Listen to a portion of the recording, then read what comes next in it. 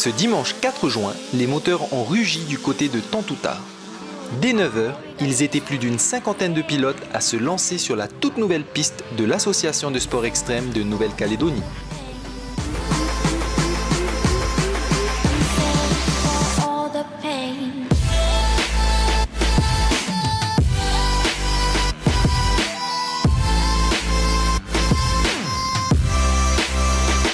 Ce premier trophée, organisé hors championnat, a réuni plusieurs catégories, allant des tout petits aux seniors élites. Je pense que ça a été une journée bien réussie, tout le monde s'est bien amusé. On a eu la chance d'avoir un petit peu de pluie ce matin, donc le terrain était agréable toute la matinée.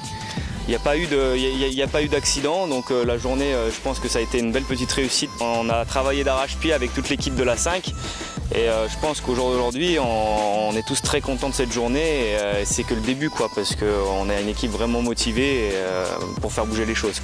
La nouveauté est le retour de la catégorie loisirs qui permet aux pilotes de courir pour le fun. Et c'est Yannick Botrel qui s'impose sans pression. Non, franchement, c'est super chouette parce que ça permet à des mecs qui font du cross et de recommencer le motocross, de se refaire plaisir sans avoir une pression et prendre trop de risques. Des enduristes comme moi qui veulent revenir aussi et se refaire plaisir. Voilà. Chez les Open, c'est Alexandre Djaginov qui passe la ligne en premier. Voilà, c'est vraiment la condition physique qui a fait la différence parce que les 5 premiers, on se tient dans un petit mouchoir de poche et voilà, c'est vraiment le physique là, qui a fait la différence entre nous 5. Cette course est celle qui a rassemblé le plus de monde, avec notamment Melissa Everest, la seule fille sur le parcours. Ça fait plusieurs années que je suis la seule fille en compétition, ce qui est dommage. C'est sûr qu'on aimerait avoir plus de filles pour pourquoi pas avoir une catégorie féminine.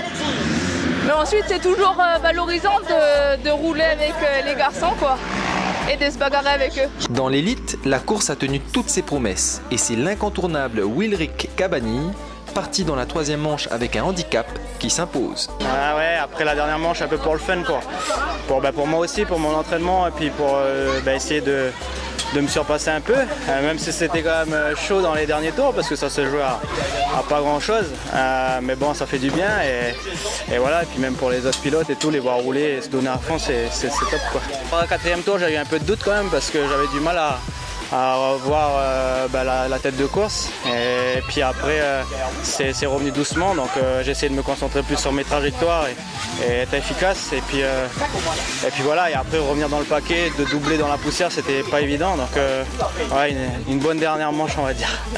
Le motocross calédonien a de beaux jours devant lui avec la jeune génération de pilotes qui monte. La catégorie des 4-9 ans, c'est le jeune Martin Nicolas qui remporte la première place.